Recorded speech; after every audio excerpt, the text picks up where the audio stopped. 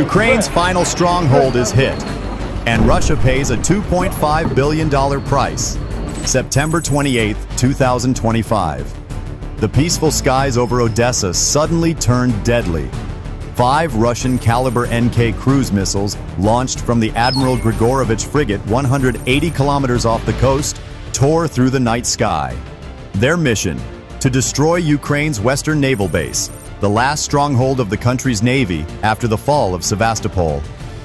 As Caliber missiles rained down on Odessa, Ukraine's air defenses roared alive, interceptors carving silver arcs through smoke and flame. The city shuddered but endured. Crews at the western naval base stood unbroken. Then came a new command, forged in determination, not rage. Operation Iron Swarm was launched. From secret sites, 540 drones rose, no stealth giants, just cheap machines guided by precision. Their mission? Pierce Russia's heart. Their target? Severnaya Shipyard in St. Petersburg, pride of its submarine fleet. Can cheap $2,000 drones really penetrate Russia's multi-billion-dollar defenses? Will Ukraine's gamble pay off or spark a wider war? Let me find out. September 28, 2025, 3:42 a.m. The foggy dawn. The Black Sea was strangely calm, suddenly broken. On the radar screen of the western naval base of Ukraine, near Odessa, 5 sharp streaks of light suddenly appeared. The officer on duty was stunned. These were not random spots of light. Speed, more than 550 miles per hour. Flight path, deadly straight. A warning flashed on the control panel. Caliber NK cruise missiles, launched from the Russian frigate Admiral Grigorovich, lurking 180 kilometers off the coast. Their flight path left no doubt. They wanted to strike head-on at our last major naval stronghold since the fall of Sevastopol. If this base fell, Ukraine's Black Sea defenses would collapse completely. Inside the control bunker, Commander Oleg Morozov slammed his fist on the intercom. "Activate NASAMS! All units to combat positions!" Within seconds, the NASAMS-3 air defense system roared to life. 5 AIM-120C interceptors shot into the sky, tearing through the dark clouds like silver arrows.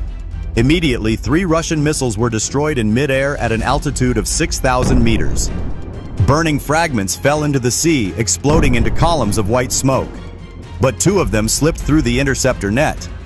At 3:47 a.m., the first missile struck 2 Ukraine 312 patrol boats moored at the dock. The explosion ripped the 600-ton ship apart, sending warped steel flying across the harbor. Seconds later, the second warhead struck the eastern part of the base, detonating inside the maintenance shed. A fireball engulfed the hangars and supply depots. In less than a minute, a third of the base was paralyzed. Radar arrays bent, cranes toppled, fuel lines ruptured. Black columns of smoke billowed into the night sky. 23 sailors were killed instantly, 57 were injured, and millions of pieces of critical infrastructure were reduced to twisted steel. The attack forced an immediate halt to grain exports from the Odessa corridor, raising fears of economic aftershocks across Eastern Europe. The Black Sea had gone from quiet to hell, but this was only the beginning. In Kiev, the response was being planned, and it would send shockwaves all the way to St. Petersburg. 4:10 a.m. Kiev Command Center. The room was silent, except for the hissing of oxygen masks and the crackling of burning steel, broadcast live from Odessa. A single image filled the wall: the western naval base in flames, the docks in ruins, the patrol boat Ukraine 312 in flames, 29 dead, 57 wounded, a third of the base paralyzed. For the Ukrainian Naval Command, it was not just an attack, it was a public challenge. General Mykola Romanenko, head of the Joint Operations Command, stood motionless, his hands clenched. His words were sharp. "If they hit us in the heart, we will hit them in the veins." Within minutes, the operation had been named Iron Swarm. A mission designed not for revenge, but to expose the truth. Target: Severnaya Shipyard in St. Petersburg, Russia's largest submarine building center, responsible for assembling the Yasen M nuclear attack submarine. Its destruction would cripple Moscow's long-term naval power. At 4:24, orders were transmitted across encrypted networks. From Vasilkiv Air Base, Ukrainian engineers had equipped 540 combat drones, a fleet that combined precision and deception. 240 Sparrow 7 electronic warfare drones, equipped with signal jammers and decoy landing gear. 300 Stingray ER suicide UAVs, each carrying a 12-kilogram armor-piercing warhead, guided by a terrain-following algorithm.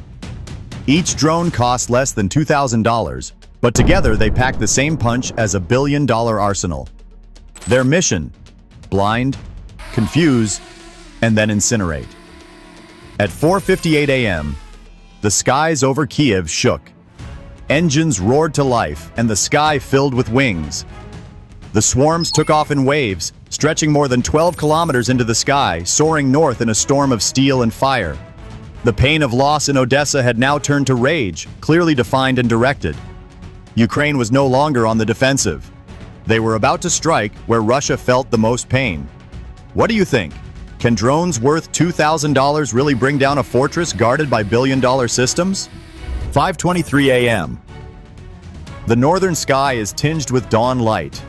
The operators are dozing off when suddenly the radar screens at the Severnaya shipyard light up with warning lights.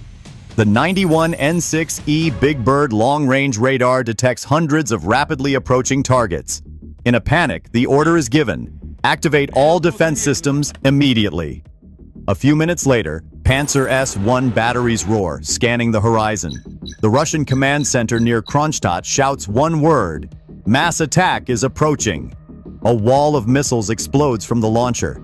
48 S-400 interceptors tear through the air, forming a deadly umbrella over the Baltic seaport.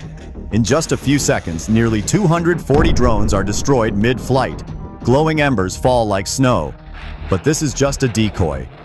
While Russian radar operators focused on the chaos above, the second wave, the real culprits, crept in. 300 Stingray ER drones hovered just 15 meters above the Neva River, slipping under radar coverage. By the time Russian gunners noticed, it was too late. At 5:39 a.m., the first wave crashed into the submarine assembly hangar. An explosion ripped through steel scaffolding, igniting fuel tanks. Seconds later, more drones hit the steel foundry and welding shop, causing secondary explosions that rocked the entire shipyard. It didn't stop there. A second explosion ripped through shipyard number 3, where 3 Yasin M-class hulls were being built. The pressure wave flattened the scaffolding and tossed steel sheets like paper. Minutes later, the fuel tanks erupted, 70-meter-high flames visible from across the Neva. The shockwave shattered 1,200 windows in neighboring districts. Workers fled in panic, some jumping into the icy river. Inside, engineers trapped by collapsing beams shouted over the radio, "There's a fire in Sector 12! We're losing control!" At 5:51 a.m., a series of explosions followed. 13 blasts thundered in succession. Fireballs, some as high as 60 meters, tore through the industrial area. A warehouse housing submarine turbines collapsed in flames. A huge paint warehouse collapsed into molten rubble. An engine test tank ruptured, spilling tens of thousands of gallons of burning fuel into the river. Witnesses described the horrific scene, the series of explosions turning the shipyard into a fiery crater. Many were trapped in the chaos. 196 were injured. 75 people were confirmed dead, their cries for help drowned out by the roar of the explosions. The flames were so high that low-orbit satellites caught the light, broadcasting the inferno to the world. The Severnaya shipyard, Russia's pride in submarine production, was incinerated. In 12 minutes, drones did what cruise missiles or bombers would take hours to do. Billions of dollars in property were destroyed before Russian command had even stabilized communications. The Black Sea offensive had been bloody. But here in the north, Ukraine had shattered something much more profound: Russia's sense of invulnerability in its own heartland. Don't go anywhere. The real shock wasn't the explosions, but the aftermath. 7 a.m. The morning after the fire, Moscow's defense ministry rushed to declare victory. Official reports claimed all drones were intercepted and that Russia's defenses remained strong. But the truth could not be hidden. Commercial satellites, civilian smartphone images, and leaked video painted a different picture. Half of the Severnaya shipyard lay in ruins. The scale of the devastation was horrifying. At least 3 Yasin-M nuclear attack submarines, each worth nearly $1.6 billion, were destroyed on the assembly line. Entire production plants collapsed, their roofs twisted into burning rubble. Specialized lines for manufacturing nuclear reactor modules were completely destroyed, disrupting work for an estimated 18 to 24 months. Analysts estimate the total economic damage at $2.3 billion to $2.5 billion, the costliest drone attack in modern history. But the financial hit is only part of the crisis. With the shipyard crippled, Russia's naval buildup in the Baltic has been abruptly halted. Projections suggest Moscow's submarine fleet will be 30% less combat-ready over the next 5 years, leaving gaps in the country's northern deterrent. The loss of life adds to the grief.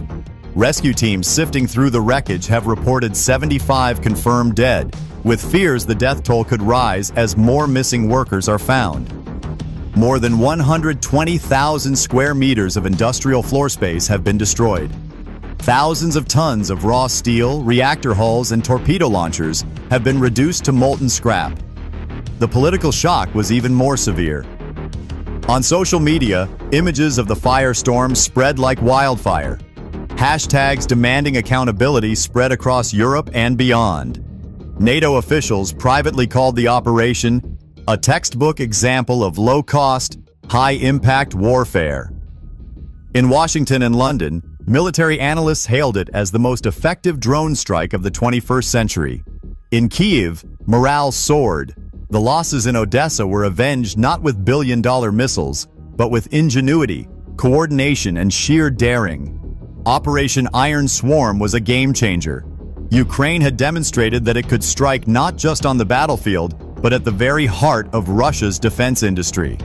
For Moscow, the Severnaya fire was more than a military defeat. It was a psychological blow, a reminder that even the fortress of St. Petersburg was no longer impregnable. 9 a.m., September 28, 2025, St. Petersburg and beyond. The Severnaya fire raged for 1 day before rescuers finally brought it under control. By then, the damage was undeniable. Russia had lost more than $2.5 billion in naval assets, thousands of tons of industrial equipment, and 3 new-generation submarines. But beyond the fire, something much bigger had changed: the rules of modern warfare. In Kyiv, generals reviewed the operation with a simple conclusion: brains had triumphed over steel.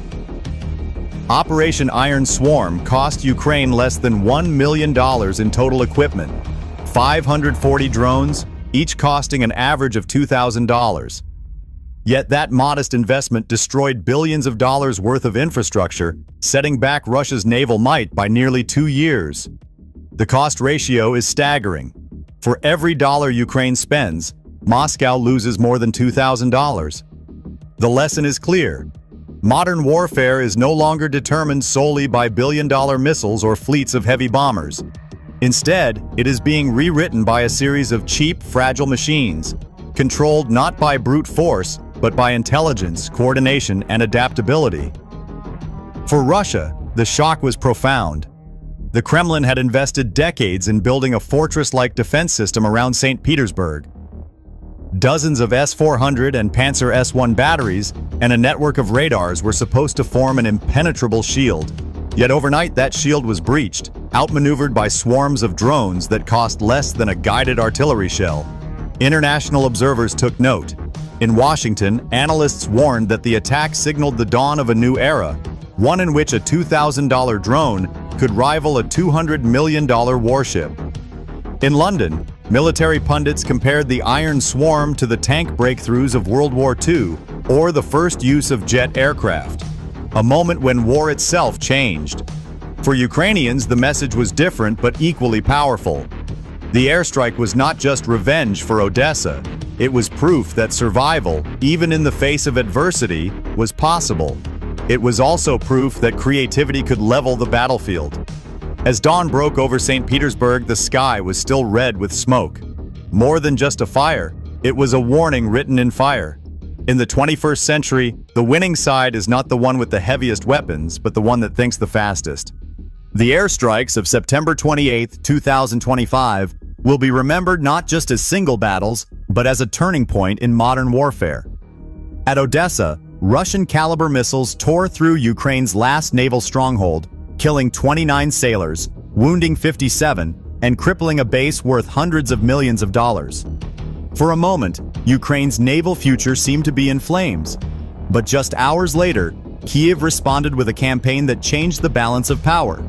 With 540 drones, a force that cost less than $1 million, Ukraine leveled the Severnaya shipyard, wiped out $2.5 billion in assets, and destroyed 3 Yasin-M nuclear submarines. The cost ratio, 1 to 2,000, was not just shocking, it was historic. The Black Sea has seen devastation, but St. Petersburg has also suffered humiliation. A fortress city protected by layers of S-400 and Panzer missiles was penetrated not by stealth bombers or hypersonic weapons, but by swarms of small, fragile drones. The world watched in horror as satellite images revealed 120,000 square meters of industrial floor space in ruins and columns of smoke visible from orbit. This was not just revenge. It was a lesson etched in steel and fire. 21st century warfare will not be won by those with the biggest budgets, but by those who think faster, adapt faster, and strike smarter. For Ukraine, Operation Iron Swarm was proof that intelligence and ingenuity can triumph over brute force. For Russia, it was a bitter reminder that no shield is impenetrable. And for the world, it was a warning. The era of billion-dollar war machines was fading, and the era of low-cost, high-efficiency warfare had arrived. The Black Sea burned. St. Petersburg burned. And history turned a new page. If you believe these stories matter, if you believe the world must see both the horror and the hope, then join us. Subscribe to this channel, share these truths, and keep this conversation alive. Together, we can make sure silence is never the final word, and that justice always carries the last say.